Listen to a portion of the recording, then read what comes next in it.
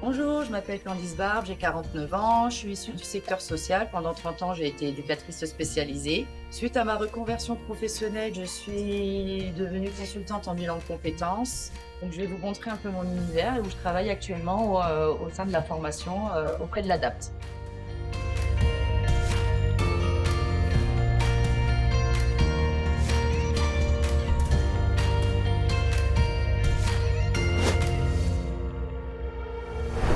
Alors, j'ai choisi de me reconvertir parce que je suis issue d'un burn-out. En fait, je suis éducatrice spécialisée depuis 30 ans. Je travaillais auprès de personnes marginalisées dans la rue, donc notamment beaucoup des SDF. Et le 19 juillet 2021, j'ai traversé mon jardin pour aller chercher ma voiture et paralysie des jambes. Et là, ce coup, je me suis dit, je fais un AVC. Et en fait, j'ai pas fait d'AVC. Je me suis mise à pleurer et je suis jamais retournée à mon travail. Durant mon accompagnement pour ma reconversion professionnelle, j'ai été accompagnée donc, par une assistante sociale de la CPAM de la Marne, où elle m'a orientée vers un bilan de compétences, puis un conseiller en évolution professionnelle, toujours en lien avec l'accord du médecin conseil. J'ai pu effectuer des essais encadrés durant mon arrêt de travail. Par la suite, j'ai effectué un bilan de compétences. De ce bilan de compétences, on m'a orienté vers un conseiller en évolution professionnelle pour effectuer une demande de prise en charge financière avec transition pro Grand Est, puisque j'étais salariée. On m'a accompagnée aussi concernant remplir un dossier au niveau de la maison départementale des personnes handicapées pour bénéficier d'une RQTH. Et parallèlement à tout ça, j'ai toujours été aussi accompagnée par mon médecin traitant et par la médecine du travail, où j'ai pu avoir un licenciement pour inaptitude en septembre 2023. Et j'ai rencontré des difficultés dans ma reconversion professionnelle parce qu'en fait, sortant d'un burn-out, j'ai deux personnalités. Pour moi, j'ai deux personnalités. J'ai la personne que j'étais avant et je suis la personne que je suis actuellement. Et c'est pas simple de se retrouver soi, de se reconstruire.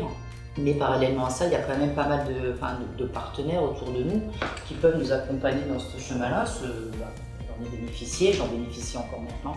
Mais ça prend du temps en fait. C'est de l'apprentissage. La reconversion professionnelle, c'est un résultat, mais ça a embarqué mes proches, notamment dans le burn-out, où je vivais à l'époque avec ma fille, donc ça a été très compliqué, pour elle en tout cas. Et la reconversion pro maintenant, en tout cas, je ne rencontre pas de difficultés au niveau de mes amis, ma famille. La seule difficulté qu'ils ne comprennent pas que des fois, je travaille beaucoup en visio, je travaille beaucoup chez moi, et les gens ils ont l'impression que quand je travaille chez moi, je suis disponible. Mais en fait, je ne rencontre pas forcément de difficultés.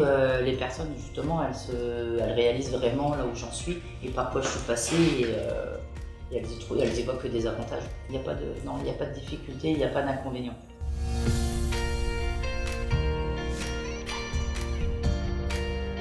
Les conseils que je pourrais donner pour une personne qui souhaite dans la reconversion professionnelle, en fait, je le fais tous les jours parce que c'est devenu mon métier d'être en tant que consultante en bilan de compétences.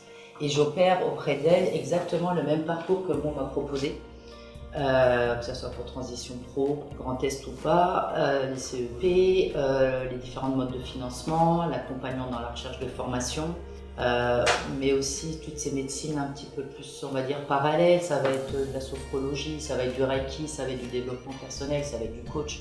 En fait, ne pas être seul, et l'idée c'est d'accompagner ces personnes et de leur montrer. Alors déjà, moi je suis une preuve vivante et j'en parle très librement maintenant, des énormes bas que j'ai pu avoir, comme là où j'en suis maintenant. En fait, j'en fais une vraie résilience et je pense que je peux être un peu la grande sœur de ces personnes-là en leur disant que tout est possible et qu'il suffit de passer à l'action. Je reste convaincue que le passage à l'action fait qu'on peut rebondir suite à un problème de santé mentale ou un échec au niveau de sa carrière professionnelle.